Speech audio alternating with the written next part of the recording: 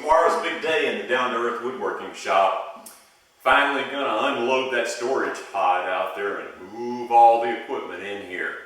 So I've spent the day cleaning up and getting materials out of here and doing some last-minute trim work. And I've just about got it cleaned up and ready for the move-in. So I thought since it's reasonably clear in here, it might be a good day to give you a tour. So let's take a look around. Well, I thought this time on the tour we'd sort of do the counterclockwise thing. This is the west wall. This is the door I just came in a minute ago. It's a double door, 60 inches wide, and it's an outswing door. So the doors are not swinging inside, taking up space. And also, when both doors are open, it's plenty of room to bring materials and hopefully new equipment into from time to time. I've put French cleats up on this wall, just hung a couple of things up there temporarily to get them off the floor. I also have a nice big window. I'll show you a little bit more here in a minute, but this has a nice, pretty much all day, nice diffuse natural light coming in. So my workbench is going to be right along in here in this area. It's a little over 8 feet long and should fit in here real nice. And I'm probably going to position that workbench so I'm working at it most of the time facing out. I can see out the window and that'll be nice. Maybe not so nice in the wintertime, but it'll still be nice. Okay, continuing to swing around, you can see the rest of this window here. I've got another window over here looking out the south side. And up here, creature comfort, got my TV, and got a nice little area over here. I've got baseboard floor heat down here, and I also have an infrared heater. Did an article about that infrared heater, oh gosh, a year or so ago for the Highland Woodworking newsletter, and moved it because it's a wonderful heater. So I reinstalled it here, and looking forward to using that this winter. The baseboard heat, I've tested that out and it really puts out a lot of heat. I've got 3 of those around against the walls. So I think this will be pretty warm this winter. This is the primary door that I use coming in and out of the shop. You've seen this in a previous video. It's one of the first things I did when I started remodeling the shop because the original door that was in here didn't work. And I was having to come in and out through the garage door, which was kind of painful. So got this installed, got nice full glass in it, get a little additional light in the shop, see people when they're coming up to the door. And got my main switches, got 3 zones of lighting here, got my main switches here, and fuse panel. I haven't decided yet whether or not to cover this.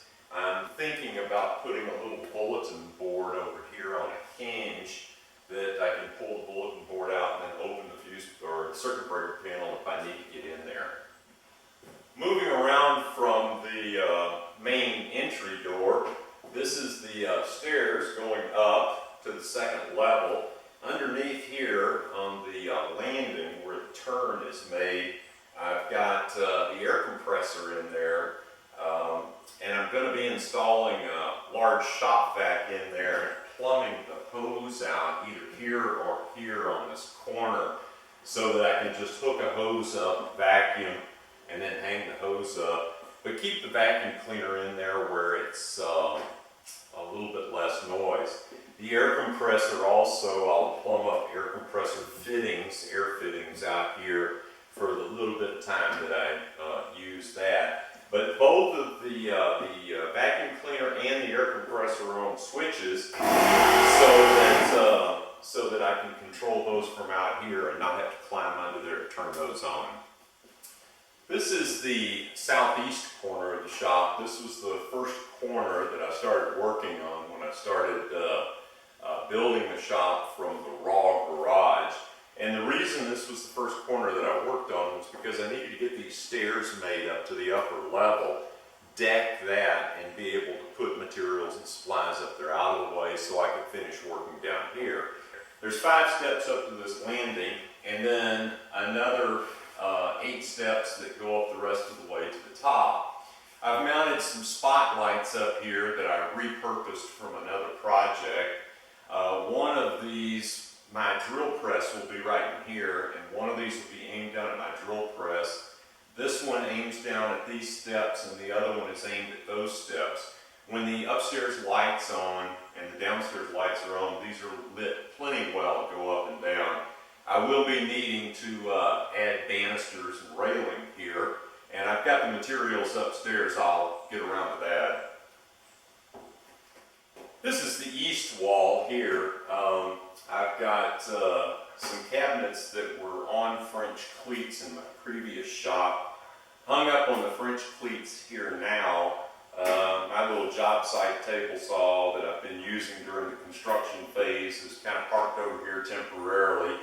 But you can see sort of got a lot of wall space over here, another electric baseboard heater down here, and lots of electrical outlets. I also have a 220 volt outlet over here that I haven't finished wiring up yet.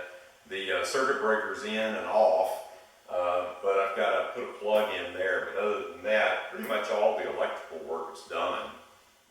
Moving a little further along this wall, this is my old workbench that didn't fit on the storage pod and that I moved over here.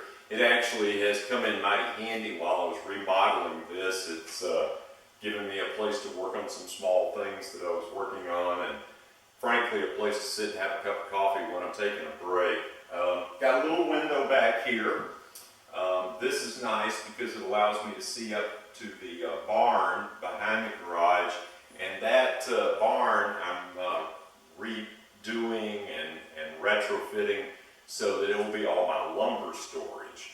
Probably the power tool I've used the most during the remodeling of this, other than a circular saw and some air hammers, has been my miter saw.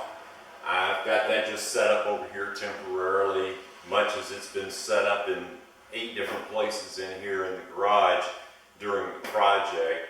I just put it over here to get it out of the way. But this is the north wall. This wall is about 48-inch high masonry block, and the balance of the wall is typical stud construction.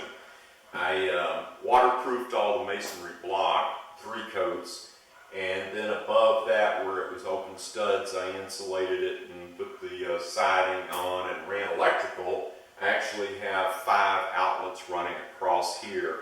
Haven't decided exactly how I'm going to arrange everything yet, but this wall has a lot of open space on it, so I'm sure it's going to get wound up getting lined with tools. Well, we've made full circle. We're in the northwest corner of the shop, and here are the double doors again. Tomorrow's a big day, going to require some real muscles to move in all that stuff, so I better cut this day off and get a little bit of rest. But before I go, let me just show you real quick the upstairs. Keeping in mind now, the upstairs hasn't really been remodeled yet, other than just decking it and reinforcing the floor. It's a mess up there. It's just a real temporary setup right now. But I'll show it to you anyway. Once this is done, I think this is going to be fine for a place to come up and sharpen my tools, and a place to keep some of the things that I don't use that often, and maybe even a little storage for some works in progress, some materials while they're acclimating, and things like that. Still got a lot of work to do up here. Still got insulation in the roof to do. Still got to finish off the ends, the gable ends on both ends. I've got a window down here that needs to be replaced. I've got an exhaust fan to install up here, and I need to get these lights a little bit more permanently set up. I ran power up here, but I've got to put in some more outlets, but all in good time. Once I get those tools out of the storage pod, then I can really start moving along.